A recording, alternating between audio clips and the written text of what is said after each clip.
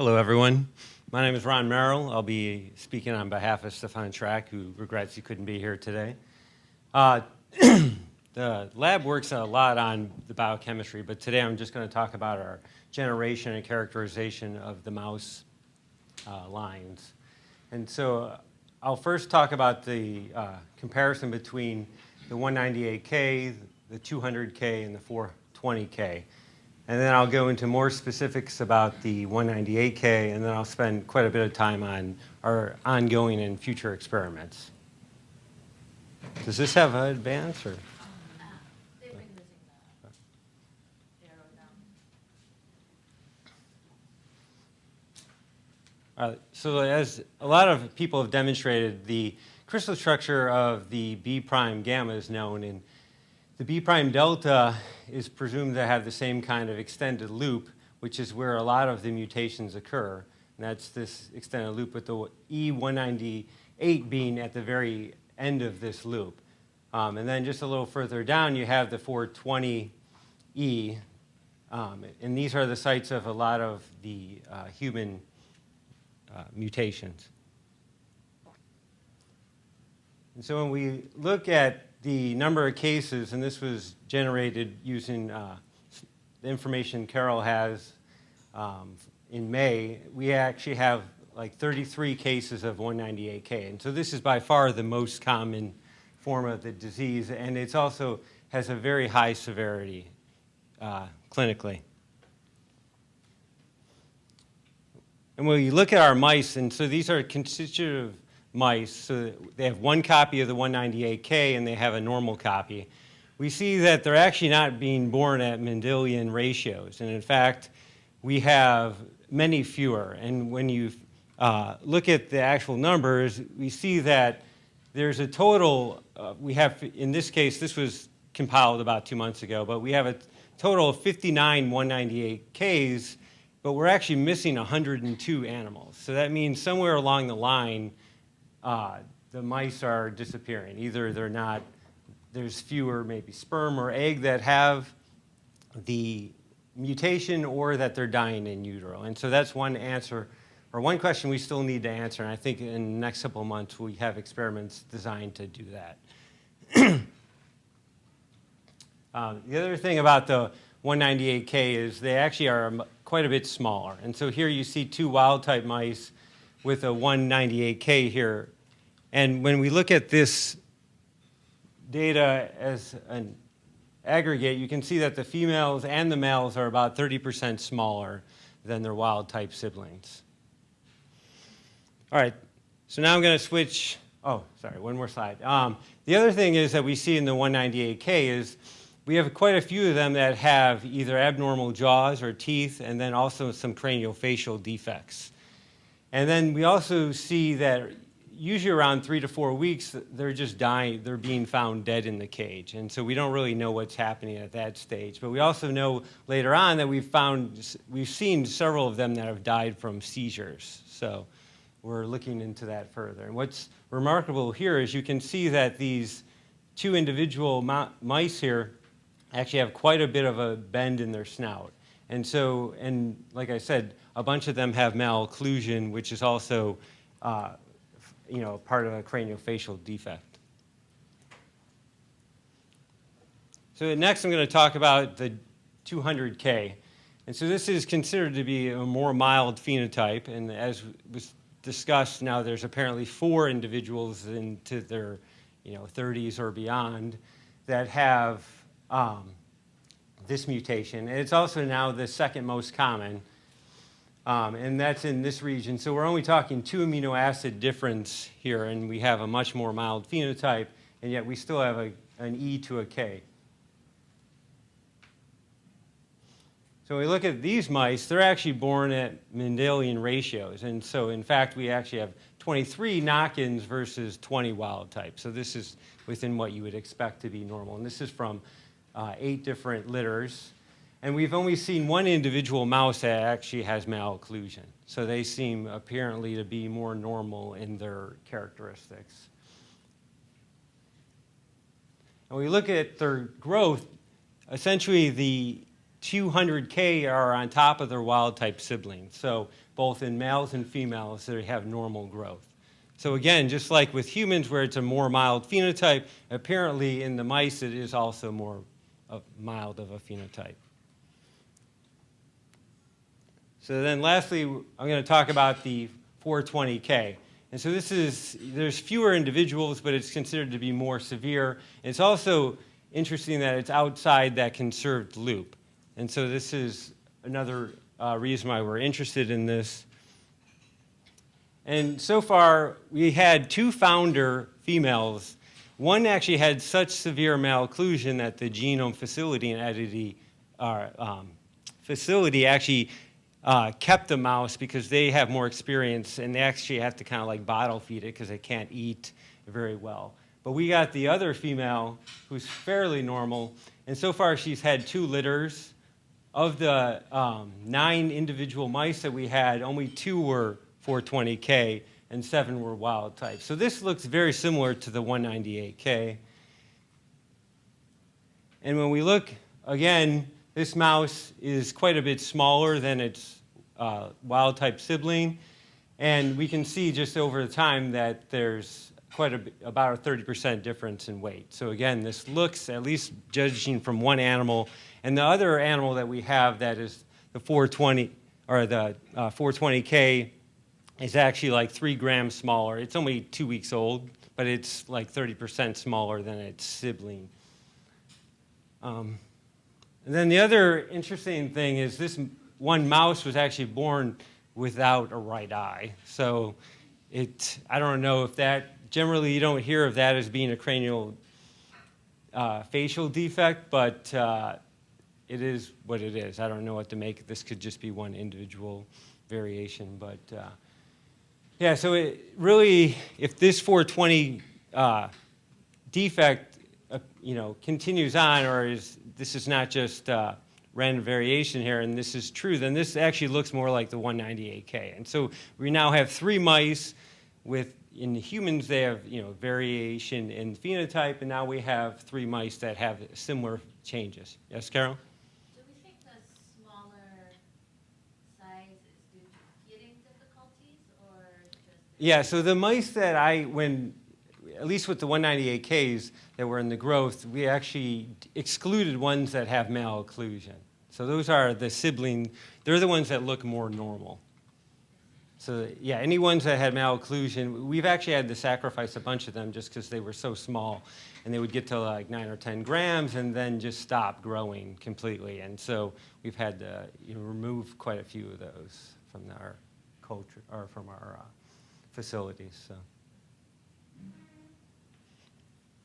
All right, so now I'm going to talk a little bit more about some of the phenotypes in the 198K. And so the humans, it's associated with this frontal bossing or this macrocephaly. And what we see in mice, and Stefan showed this at the last update, is that we actually have a normal mouse here is kind of a flat skull. And when you look at the 198Ks, they actually have a much larger bulge in their skull. And when Stefan determined their circularity, you can see that there's a very large increase and very significant change in how the 198Ks are much more round versus the wild types. And since we saw this, we wanted to try to characterize this further. We teamed up with Zuru and the Tomas lab at Iowa, and they do a lot of these 3D morphometries. And so they took 6 animals that we had done CT scans for PET glucose uptake, which didn't show any difference. So that's why I didn't describe it here. But he took the CT scans from these and he made kind of a composite skull. And then he actually looked at how much variation there was occurring. And so the darker colors here actually represent areas where they're highly conserved. And then the areas that are lighter, you can see have less conservation. And so what is obvious is right in the area where it's more bulged, you can see that there's less conservation.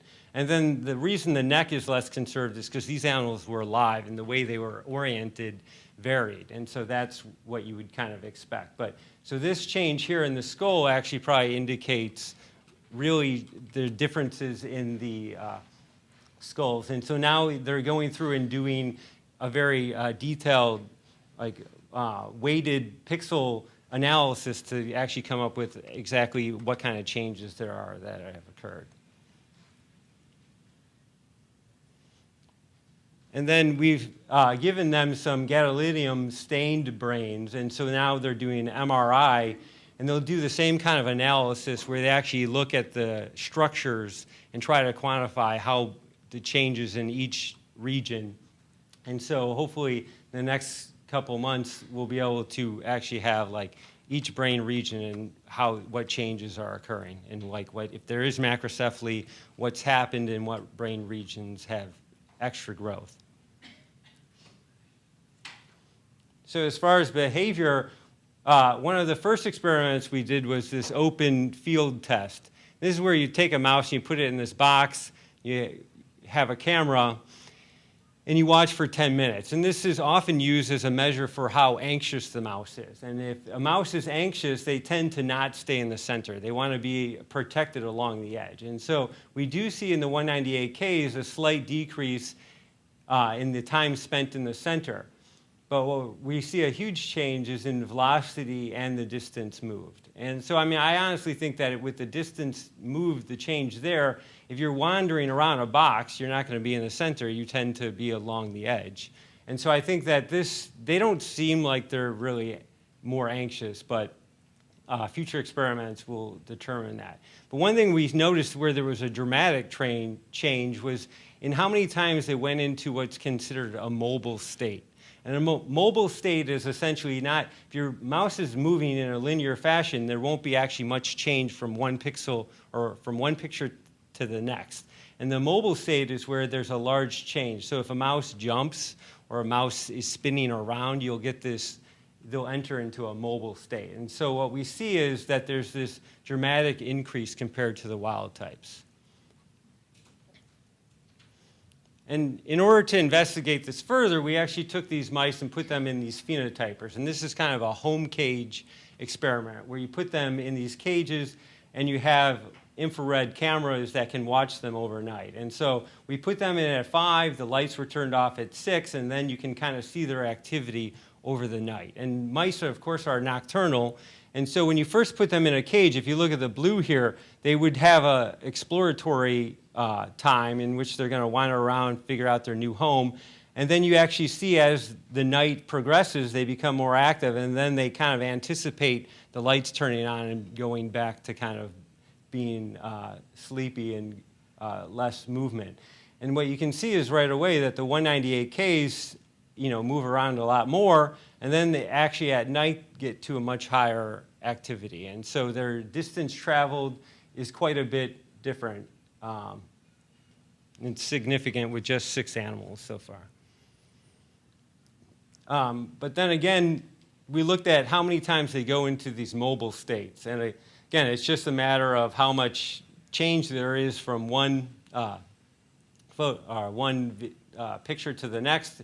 You can get a measure of how much change there is in that pixels. And what we see is that if you look at the number of mobile events that change, it's much more dramatic even than the distance. And so you can see here we're getting, if you look at the area under the curve, you can see that there's twice as much for the 198K.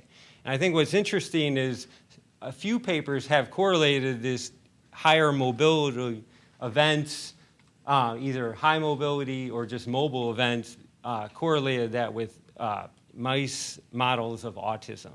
And so it's possible that this is really representing potentially what some of the kids have with autism.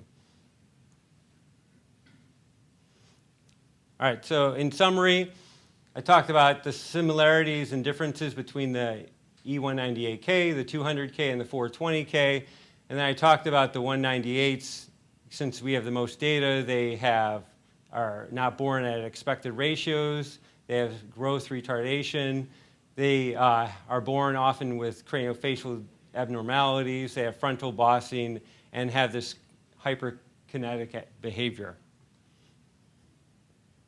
So some of our ongoing experiments are, we are planning to do some timed pregnant or we're going to have mice that are timed pregnant, and then we can take the embryos at E12 and E18 and look to see what's going on. If they're dying mid-gestation, so mice are born at around 20 and a half. So, but keep in mind that mice are born kind of after their second trimester. Their last trimester, it's not entirely this way, but a lot of the neuronal development occurs outside of the mom. But basically at E12, if there are embryos that are dying, either from a heart defect or some other organ system defect, we'll be able to see them at this point. And then also at E18, if they've died, we can see the resorption of the embryo occurring. And since we're going to breed 198K males into wild-type females, we can take those resorbed areas and determine their genotype. And so we can then actually determine why we're losing these embryos if it's occurring during development. Additionally, we have the conditional 198K on mouse. So this is a mouse that is normally wild type that we can then introduce the recombinase Cre, and then it will switch it to the 198K. And so our initial experiments involve using Nestin Cre, which is a gene that turns on at around mid-gestation and will be expressed in all neuronal progenitors. And so if the neural crests are what's causing the craniofacial issues, Nestin Cre will be turned on in them, and we'll be able to still see some of these craniofacial defects in these mice. If it's something in the mesoderm that's already there, that will never see the Cre, and so we'll be able to separate why we're getting those defects. This will also then answer whether or not expression of the 198K in mid-gestation also then still leads to the frontal bossing. I would guess that it would, because the proliferation that occurs is usually towards the end of development that would then push the skull up, and that's what causes the frontal bossing. But we'll be able to answer that with these experiments. And then we've now, like I described already, we're having difficulties breeding a lot of the 198K, so we now have enough. We're going to be teaming up with our neural circuits and behavioral core, and Shane Henney is the director there, and we'll in the next couple of weeks be doing Barnes maze, rotorod, that's 3-chamber social task to look at like autistic effects. And then actually the cued fear conditioning we'll probably do last, because once you do this experiment, the mice can't be used for anything else. So that would probably be the progression. And this cued fear conditioning is a way to look at intellectual disability, in a sense, in a mouse, because they won't be able to recall that they should be afraid. And so it's, in our experience, one of the most robust models to look at that. And then we also have at the facility these light sheet microscopy. So we've bred these mice with Thy1 GFP or in YFP, and so then we'll be able to look at their neural circuitry and see if there's any differences between the 198K and the wild type.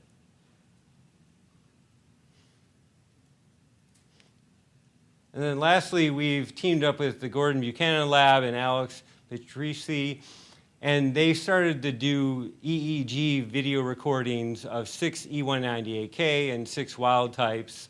And they have a couple weeks of data, but they weren't comfortable sharing it yet because it's not finalized. But they do see some potential irregularities. And actually, Alex, when she did you have to mount this EEG on the animal, and when one of the 198Ks woke up, it had a seizure and died. And so we really do think that these mice have seizures, and we're going to be able to use them as a model to then look at any kind of effects from seizure, and if we want.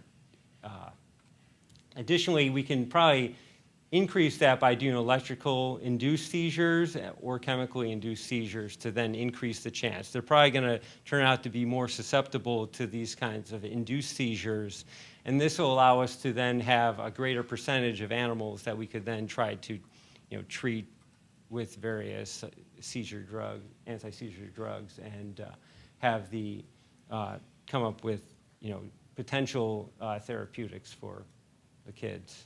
And then lastly, we teamed up with Reed Townsend, who's at WashU, and he has kind of pioneered this mass spec in which you can then, you take this TMT labeling of your samples and you can label up 10 different samples and then a 11th control, and then do mass spec on a huge amount of samples. And then typically, so we did this with some of our HEK cells that we have this replacement cell lines, and I'm not going to have time to talk about that, but when we did this, we had over 9,000 proteins and 144,000 non-modified peptides and 41,000 phosphopeptides from each data set. And so we are now going to do this with the mouse brains, where we take the mouse brains and do the same analysis.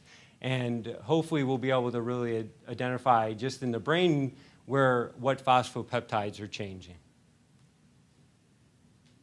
And then with that, this is the Strack lab, Stefan Strack. Yufeng and Gail are the technicians that genotype and breed all of the mice. Priyanka is a new postdoc that's working on some of the biochemistry of the mutations. And then Chinju has been doing all the phosphoproteomics. And with that, I'll take any questions.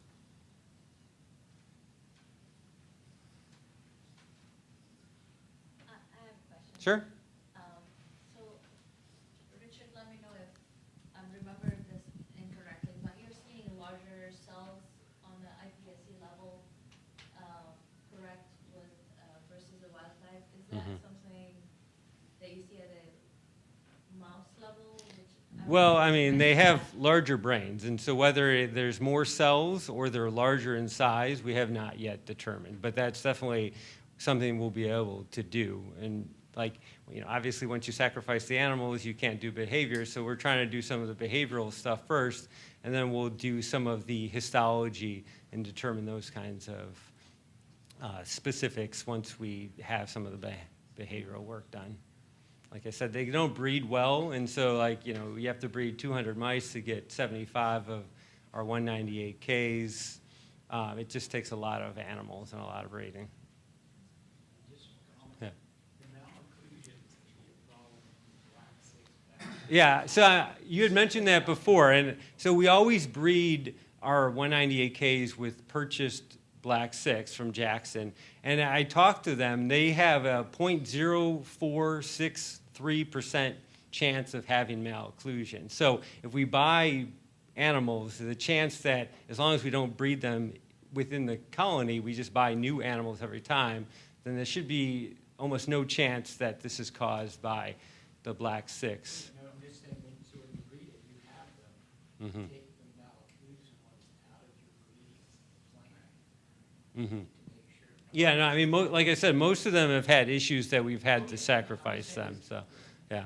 No, I mean, that's early on when we only had a few animals, that was something to be concerned about, that it was just it just happened to be in that one Black 6. But now, we've had like 7 generations of mice, and I don't think we continue to see the same kind of percentage. So I don't think that's the issue, but. So, one more question. Sure. How do you design your experiments? Like, do you need clinical data on what you're observing or we're seeing, whether officially or unofficially through the family group, on what kind of, behaviors and symptoms we're seeing that would help? Yeah, certainly would help. I mean, if we can, but I mean, autism in a human is very different than, autism like in a mouse. I mean, they obviously can't, but there are, certain, any more details we can have more detailed or specific experiments to try to test whether that's occurring in the mouse or not. But, with some of these variants, only having a few individuals, we can kind of see things as a group, but, we may not be able to have a specific experiment for 200K versus 198K. And we can just, lots of these you can use the same animal, and so we can run 1 week, one experiment, see what differences we have, and then the next week run you know, a different experiment on the same mice. So I think, you know, we kind of have an idea of what experiments we can run and like what's available at our behavioral core. And with that, we'll be able to answer whether or not they have, you know, intellectual disability or, you know, impaired learning and memory. And then, but yeah, any more information we get from the clinicians on what specifically to look for, like the macrocephaly, but it doesn't sound like there's a specific region. It's more of a general overgrowth of the brain, or like you said, it could be a cell size. We don't know yet. So, yeah. At least it looks like the mouse model mimics quite well. It's maybe even a bit more severe. You see the patients. Yeah, I mean, it's hard to say. I have no idea why these embryos are dying in utero, and you know, the 198K is the most common human form. So how would that be if we're losing 2/3 of our mice from that mutation? So you know, I don't know what that means as far as comparing the humans, but I mean, the mice also, you know, we're not there for every birth, so maybe some of them are being stillborn. We've seen that a couple times, and then the moms will, you know, remove them by eating them, and so you don't necessarily find any of the stillborn mice. So it could be, yeah, it's hard to say. I don't know, but I think it is really reassuring as a mouse model that we're seeing the same kind of severity that we're seeing in humans. Yes. Your conditional allele, remind me just one more time. Sure. What time you're flipping and which way you're flipping? So right now we only have the one that starts off wild type, and if you introduce Cree, we'll then flip to the 198K. And so we've re-injected in the one version that starts with the 198K, and then we'll be flipped into wild type so we can see at like what age it's reversible. But in this case, the nestin Cree, I mean, we can use quite a few Crees. I mean, we have a few lines that we've gotten in, but initially we have 2 litters too from the nestin Cree crosses. And actually, they apparently restore normal Mendelian ratios, because there we're seeing over half of them.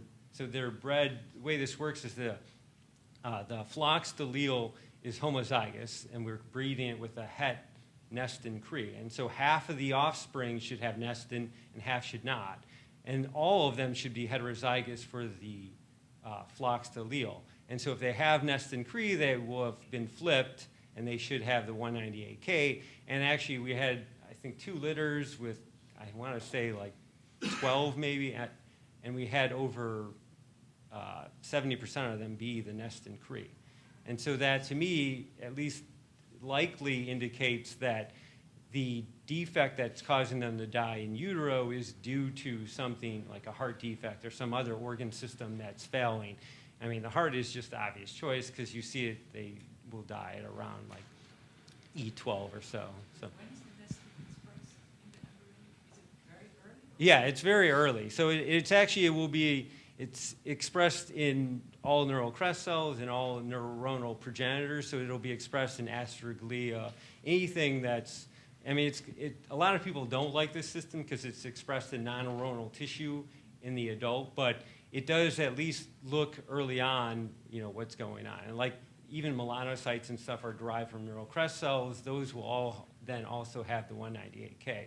But I think it at least answers what's going on embryonically for us in this. But I mean, future experiments, we can do any kind of, you know, glutamatergic Crees or, you know, GABA Crees, whatever we want. We have several of these lines in-house, so we can cross these and see what neuronal phenotype or what neuronal cell type is actually mediating either seizures or overgrowth or what.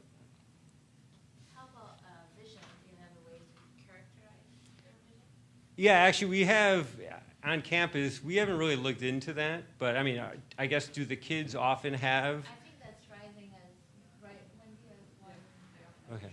And All I right. know that could be totally irrelevant, but Yara has amblyopia. She doesn't use her right eye at all, so it was interesting to see that. Like I said, I don't want to make a big deal out of Right, it, I know but that might be just a fluke. the fluke, but Yeah. you know, it's, Yeah, no, we have a really good vision center at Iowa, and they can do all of these, like various, you know, the eye cell layers and stuff, and determine anything we want with the mouse eyes. So that's something, now that you say that, we can definitely initiate those kinds of studies. So.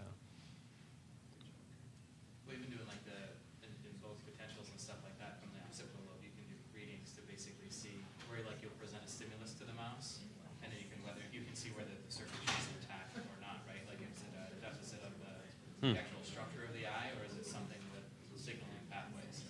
Okay. So a lot of people use ESPs or something like that, where you can take a reading from I think it's non-invasive, but then you present basically like grids to the mouse, pass by the mouse, and you're able to see basically whether or not it's actually reaching or not.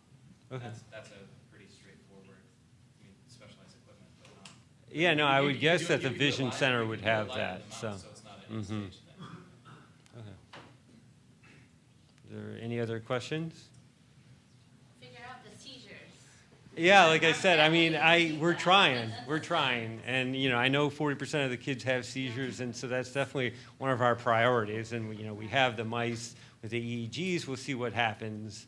If they have spontaneous seizures, that's actually really unusual in mice. So, if the model does have that, that would be, I think, interesting to a lot of people in the seizure field. So.